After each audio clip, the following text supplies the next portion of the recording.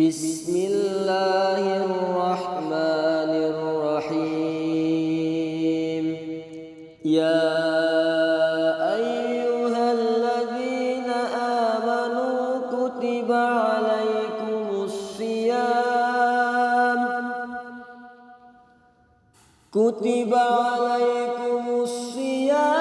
kama kutiba alal ladzina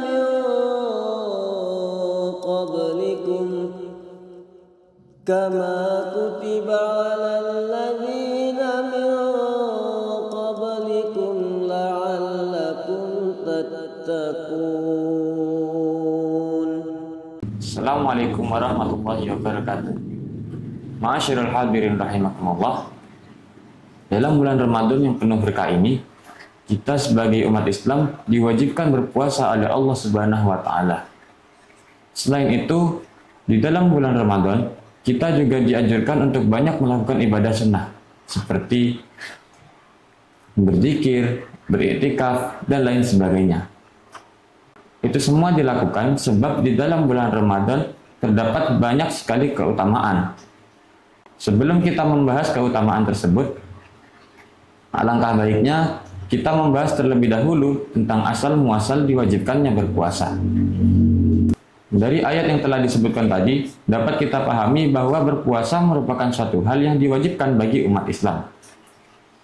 Bukan suatu hal yang bisa dipilih untuk kita kerjakan atau kita tinggalkan. Puasa yang dimaksud dalam ayat ini adalah puasa yang memiliki ketentuan syariat, seperti menahan diri dari makan, minum, dan hal-hal membatalkan puasa lainnya. Sebenarnya berpuasa bukanlah suatu hal yang baru diperintahkan oleh Allah Subhanahu wa taala. Akan tetapi, berpuasa sebenarnya juga telah diperintahkan pada umat-umat terdahulu. Dalam kitab Fathur Rahman fi Tafsiril Quran dijelaskan bahwa yang dimaksud dengan orang-orang sebelum kalian adalah para nabi terdahulu.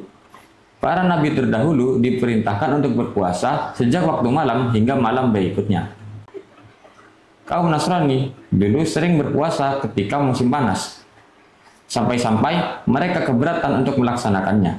Oleh karena itu, mereka memindahkan waktu puasa mereka dan menambah jumlah harinya selama 10 hari sebagai kafarat bagi mereka. Setelah dipindahkan ke musim semi, raja mereka mengalami sakit, sehingga mereka bernazar apabila raja mereka sembuh, mereka akan menambah jumlah puasa mereka 10 hari lagi. Ternyata setelah itu raja mereka sembuh, maka puasa mereka menjadi 50 hari. Penjelasan lainnya terdapat dalam kitab Tafsirul Basit. Di dalam kitab Tafsirul Basit dijelaskan bahwa sebagian ulama ada yang mengatakan bahwa yang dimaksud dengan keserupaan di sini kembali pada kewajiban. Artinya Allah Subhanahu wa taala mewajibkan puasa Ramadan kepada kaum Nasrani dan kaum Yahudi. Akan tetapi kaum Yahudi tidak melaksanakan perintah tersebut. Mereka justru berpuasa 1 hari dalam 1 tahun yang mereka anggap sebagai hari tenggelamnya Fir'aun. Padahal anggapan mereka juga salah, karena hari tenggelamnya Fir'aun adalah hari Asyura menurut penjelasan Rasulullah.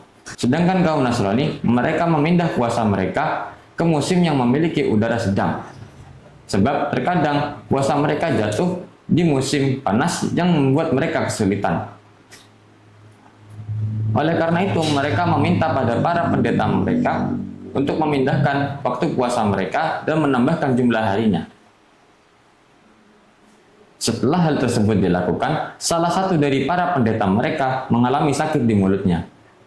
Sehingga mereka bernazar apabila pendeta tersebut sembuh, mereka akan menambah jumlah puasanya lagi.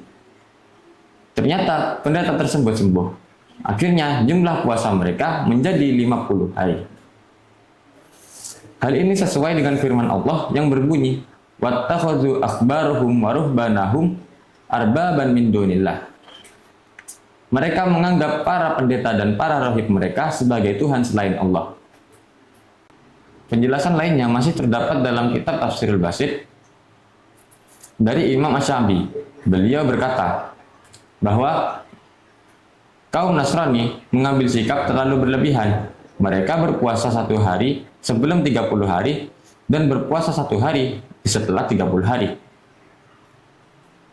Kebiasaan tersebut terus berlanjut dari generasi ke generasi, mengikuti generasi sebelumnya, sampai-sampai puasa mereka menjadi 50 hari. Hal inilah yang menyebabkan kita tidak boleh berpuasa di hari Syak, yakni hari yang diragukan apakah sudah masuk bulan Ramadan atau belum. Setelah itu, Islam datang. Allah Subhanahu wa Ta'ala memerintahkan umat Islam untuk berpuasa. Puasanya umat Islam menjadi penyempurna dari puasa umat-umat sebelumnya, dengan tujuan dan aturan yang jelas, yakni membentuk ketakwaan. Dengan demikian, Quran Surat Al-Baqarah ayat 183 menjelaskan bahwa puasa adalah suatu hal yang bukan baru diperintahkan oleh Allah Subhanahu wa Ta'ala, akan tetapi sudah diperintahkan sejak umat-umat terdahulu dan sampai hingga masa sekarang. Mungkin sekian yang dapat saya sampaikan. Mohon maaf bila terdapat kesalahan. Wabillahi taufiq wal hidayah. Wassalamualaikum warahmatullahi wabarakatuh.